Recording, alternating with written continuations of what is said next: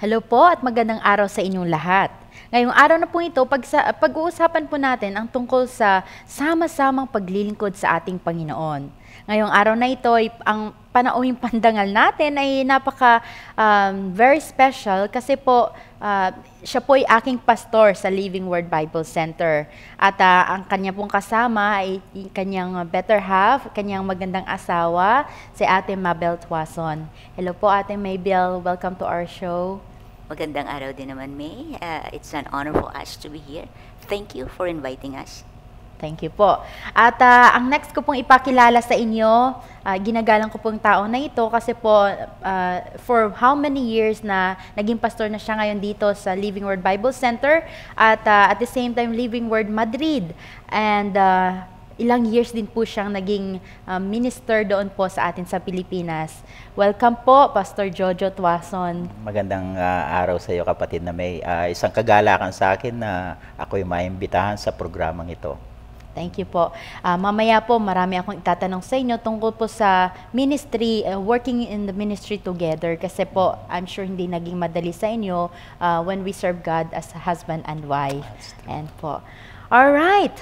Sa pagbabalik natin, marami tayong itatanong sa mag-asawang Tuason. But for now, I want you all to focus and enjoy this video.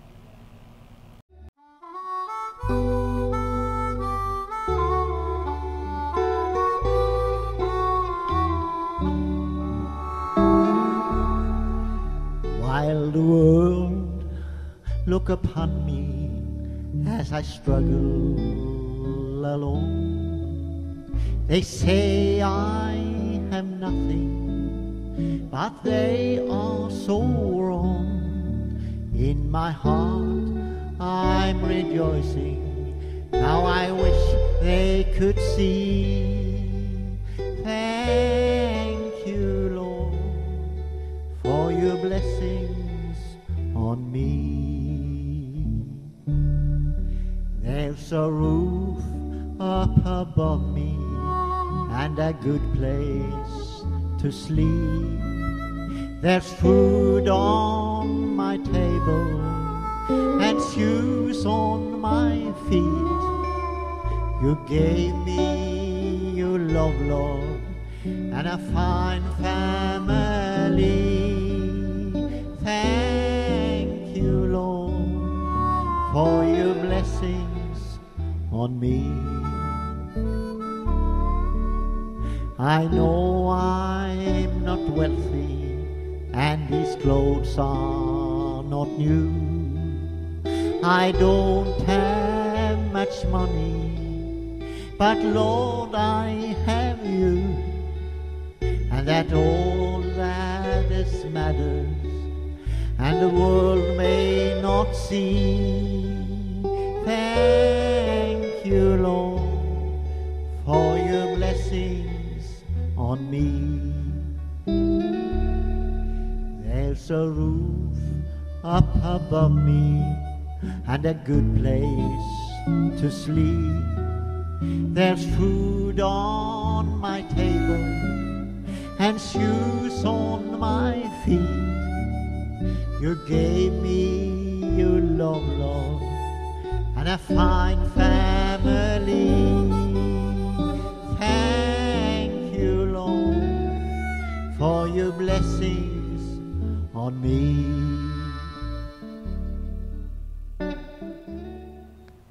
Welcome po mga kaibigan. Balik po tayo sa usapan natin tungkol sa sama-sama paglilingkod sa ating Panginoon. Ayan, gusto ko pong tanungin Pastor Joe. Balik po tayo sa experience ninyo nung bago pa lang po kayo sa ministry. Ano po ba yung ginawa ninyo? I heard na ang tagal nyo po sa Payatas. Ano po yung nangyari doon?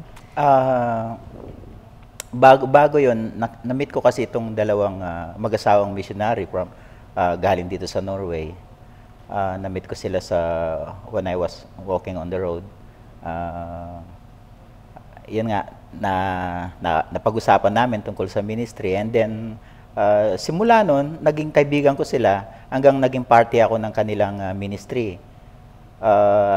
Paglaon ng mga nakalipas na taon, yun nga, na isa ako sa mga nag-minister sa Baseco. Isa ito sa mga pinaka-worst na lugar sa Manila. During that time, nakita ko kung gaano naman ang pagkilos ng Panginoon, hindi lang sa buhay ka, kundi sa buhay din ng mga tao na nakakaranas kung paano nila pakinggan ang salita ng Diyos. At sa mga, during that time, halos 3 taon din ako namalagi sa lugar na yon na napakahirap, very challenging, na almost every day na mababalitaan mo, meron saksakan, may patayan, o may sinasalvage, tinatapon sa dagat. But still, yung takot ay wala sa akin dahil alam ko sa puso ko na merong plano ang Diyos sa akin at ito'y naging isang kumbaga training ground sa akin kung paano harapin yung mga ganitong klaseng ministeryo bilang naglilingkod sa Panginoong Diyos. At nakaka-challenge even though na minsan nakakaranas ka rin ng takot dahil tao tayo. But yung kagalakan at labis na pagmamahal sa mga tao ang namayani sa akin kung bakit nagpatuloy ako na pagsilbihan ng mga tao doon. Amen. Ayan. So, inspiring naman po. Kayo po, Ate Mabel, na bago po kayo pumunta dito sa Norway, ano po yung buhay ninyo sa Pilipinas? Well, I'm just a normal student. And then, I was a Catholic before. And then, when I got here in Norway, na-meet ko si Pastor Jojo. And at that time, he became my husband, and then I become born again, and that's the time I began to know God. And I'm so grateful because the time na nakilala ko talaga kung sino ang Panginoon. You know, when you are I was a Catholic before I used to go to church. And sasambahin mo yung mga, di ba, yung mga estatwa doon, which that is the normal, before. When you are Catholic, you go to a Catholic church. There's a lot of different statue. So na-find out ko na ang talagang Panginoon is the Holy Spirit, which is God. And I become born again. Of course, nawala ng kawala nung naging husband ko si Pastor Jojo. And at that time, I began to know God, Jesus Christ. Amen. And I'm so grateful. Nako, papunta po tayo ngayon sa napaka-sweet moments natin. Kasi po, Pastor Jo, sabi ni Ate Mabel kanina, naging asawa kanya. Paano ka naman napunta dito at nakilala mo si Ate Mabel? Yeah, it's actually it's almost 11 years now. 11 years ago. Ito yung nung 2002, nabigyan ako ng pagkakataon na mag-open sa akin ng pintuan ng Panginoon dito sa Norway. Mayroon nag-imbita sa akin na mag-aral ako as a pioneer course sa Bible School sa Bergen in August 2002. 3 months lang. During the time talagang I'm so excited kasi first time mong makarating sa bansa na hindi ko alam kung meron palang ganitong klaseng bansa sa mundo na pagkalamig-lamig. So para bang shocking sa akin at the same time naging blessing din dahil hindi ko na-experience sa buhay ko yung mga ganong klaseng pagkapuspos sa banal na espiritu. During that 3 months period, naimbitahan nila ako mag-preach dito sa Living Word, although hindi pa ako party noon ng Living Word Bible Center ngayon. But Living Word Baseco ako sa Philippines. It means original talaga, galing ng Pilipinas.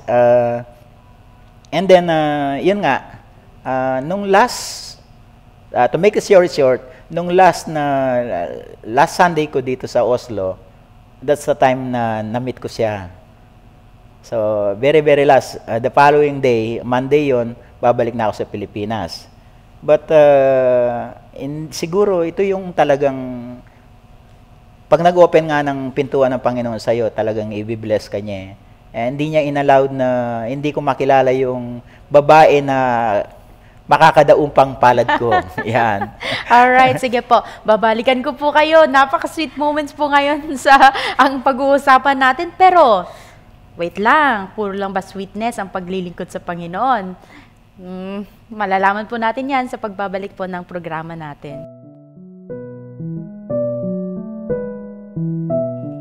Naging born again Christian ako sa Singapore. Dati-rati Katolik ako, tapos ayaw ko yung mga ibang religion. Pero nagtrabaho ko sa Singapore bilang domestic helper o may kapitbahay ako na born again Christian at nagtatagpo kami minsan sa palengke kasi araw-araw ko namamalengke siya twice a week. So, abang namamalengke ako, iniimbita niya akong papunta sa church nila pero oo sabi ko pero sa totoo sa puso ko hindi kasi ayokong makiaten sa born again Christian kasi ako sabi ko Katoliko ako ayokong nakikiaten sa mga ganyang mga religion sabi ko. Tapos yun pero siguro pinagpray niya ako tapos one day after 1 year siguro naimbita niya ako sa church at sa Singapore sa Grace Assembly of God pero born again Christian din. Tapos nakita ko na maganda naman, okay naman. Tapos ang nakatat sa akin yung warmness ng mga tao, Philippine church din. Tapos nakita ko yung pagmamahal nila, yung warm welcome. So sabi ko okay naman pala to. Tapos bumalik hanggang na born again Christian ako 2010 na. Ang ginagawa ko ngayon bilang Kristiyano, kung minsan umaten sa church, umaten sa mga Israel group, Muta, tapos yun, sinusuportahan ko yung Israel group, tapos nanonood ng mga Christian na Vision Norgia, for example, o kaya nakikinig ng mga Christian music, o kaya at nag-evangelize ako sa mga kapwa ko Pilipino, sinashare ko ang Word of God and itry na ipag-accept ko si Jesus Christ. Ang pagbabago ng buhay ko nang tinanggap ko si Lord ay marami. Dati-rati, ang alam ko ang buhay ay parang buhay talaga na walang kabuluhan. Pero nang tinanggap ko si Lord Jesus Christ, maraming nabago sa akin. Alam ko na lahat ng bagay dito sa mundo ay walang kabuluhan kung wala si Jesus Christ kasi Jesus Christ is the most important to all of our life. Without Jesus Christ in our life, everything is meaningless and everything is hopeless. So Jesus Christ is only the way, the truth, and the life. He is the best and the precious one in our life. And when I come to Norway, 2005, nagsimula ako sa choir, sa praise and worship team, ako sa mga choir and one of the youth leader in G16 and kasali din ako sa pastoral team ushering. Ang may bibigay ko na encouragement na hindi pa nakakilala kay Lord ay ibukas nila ang puso nila para tanggapin nila si Lord Jesus Christ, our personal Savior, kasi kapag tanggapin nila, they receive the salvation and that's the most important thing in life.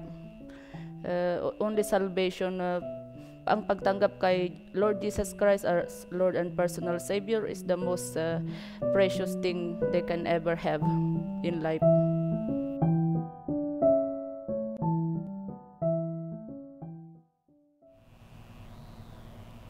Ayun po mga kaibigan, magbabalik po tayo sa ating programa ngayon, sama-sama paglilingkod sa Panginoon. Pastor Joe, pag pinapadala po ba kayo sa ministry, kasama nyo rin si Ate Mabel? At ano po yung mga paghahanda na ginagawa ninyo? Especially pag kinukuha kayong guests na magiging guest preacher. Of course, isang malaking kagalakan sa akin na maimbitahan ako. Lalong-lalo na pagkasama mo talaga yung kabiyak ng puso mo, ano. Kasi sa totoo lang, napakalaking tulong niya sa akin.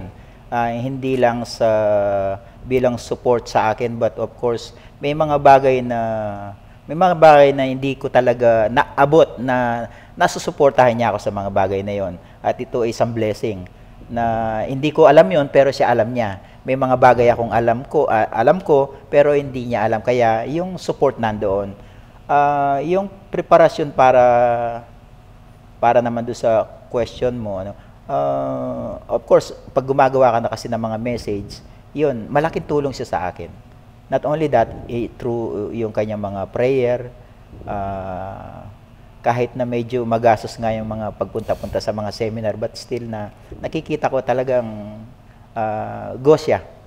kahit na nagsasacrifice kami sa finances. Yeah. Speaking of sacrifices po, ano po ba yung pinaka-major ninyo na i-sacrifice or talagang ginawa because you are serving the Lord? Siguro dito sa Norway, when we moved to Asim, dati nakatira kami dito sa Oslo. And then 'di ba nag-uumpisa pa lang yung ministry sa Asim. And yun nga, 5 years ago, nag-move kami doon, nakabili kami ng bahay. Isang sakripisyo yun kasi ang dami kong give up eh. Through that, talagang pati yung trabaho ko nadamay nga dahil hindi ako allowed na gamitin na yung firma bill, yung sasakyan para i-travel ko sa Asim. So naging cause yun na mawalan ako ng trabaho. But praise be to God. After that naman, nakita ko yung mga ginawa ng Panginoon eh. So, Amen. I'm sure marami pong naibibless. Kayo naman po, Ate Mabel, personally, ano naman po talaga ang naging give up ninyo just to be with Pastor Jojo and really to be with him sa pagserbisyo po sa ating Panginoon? Belgium? Pati na rin siguro yung sa trabaho nga kasi nagtatrabaho ako sa Oslo. It's a bit too far for me and for him, kasi living in Asim, it's about ilang kilometer yon, about 50 kilometers away. And imagine na magigising ka ng madaling araw, and then you would go to work. Tapos I try to find work in Asim. Glory to God kasi parang namang nagpa-patch up naman na something new is coming, na talagang it's better na you're doing without any giving the details na ayun nagkaroon nga kami ng company, and that's a blessing.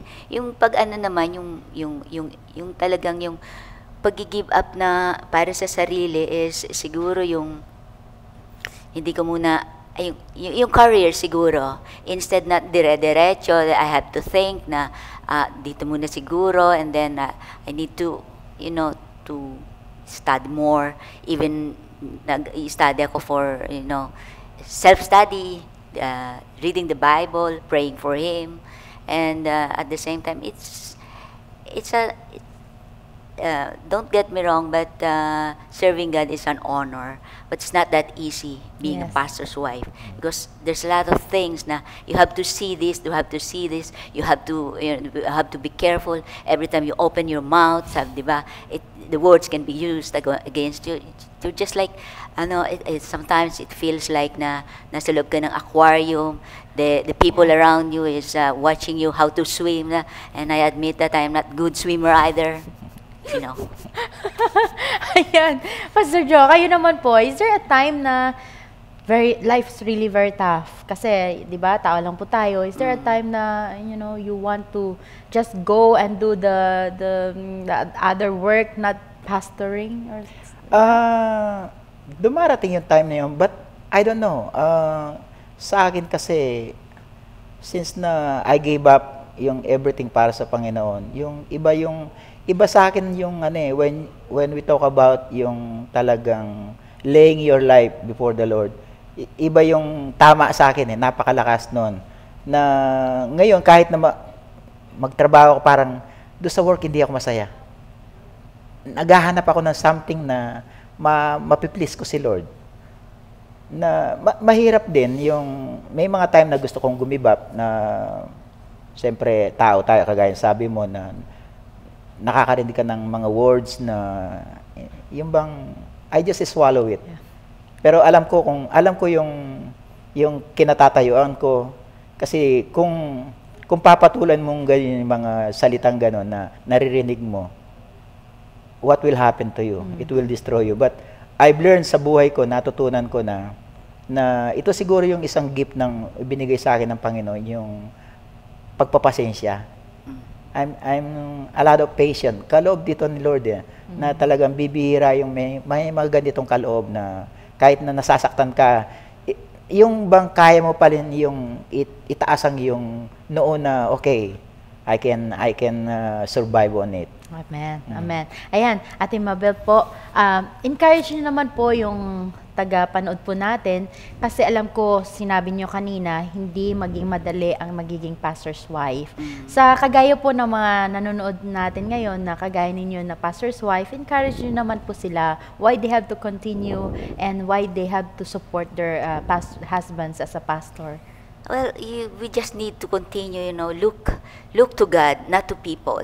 Because it's so easy to stumble kapag like for instance, kapag nakarinig ka ng medyo hindi maganda, of course, tao tayo, na minsan, hindi talaga tayo yung hindi natin kaya, but we need to pray, we need to continue to look to God, not to so that hindi tayo mag-give up. It's very important na hindi tayo mag-give up. Kasi it's so very easy na ma-stumble tayo if we look to people. Kayo po, Pastor Joe, encourage nyo naman po yung kagaya ninyong mga pastor that just life has to go on and serving God. Amen. Yung mga kapwa ko po mananampalataya na naglilingkod sa Diyos, ito po ang aking may encourage sa inyo na magpatuloy po tayo. Ang pagsisilbi sa Panginoon na hindi madali. Ito ay maraming struggle sa araw-araw. But ang sabi po ng salita ng Diyos sa Mateo 3, Mateo 3, versikulo 33, sabi niya, saliksikin niyo muna ang kaharian ng Diyos at ang kanyang kaluwalhatian at ang lahat ng mga bagay na ito ay pagkakaloob sa inyo. Ito po ang aking paboritong verse na pinanghawakan ko bago ako dumating sa bansang ito. At lahat po ng mga pagsasaliksik ko sa kanya ay sinuklian niya ng mga pagpapala na kahit sa aking kalamitahang pananaw o kaisipan, hindi ko po masukat yung biyaya na ibinigay sa akin ng Diyos. Maraming salamat po. Well, I'm really so encouraged and na-remind po ako sa Bible verse na ito why I am here and bakit ako nagsiserve sa Panginoon. You know, when I was very young in my faith, gusto ko na rin mag-give up. I also, just 3 months after my water baptism, I want to stop going to the church. Pero ito po yung Bible verse na iniremind sa akin ng Panginoon at makikita po natin sa Luke. Ito po ay makikita natin sa Luke chapter 1 at verses 38. Ito po yung sinabi ng anghel sa kay Mary, yung nanay po ni Jesus.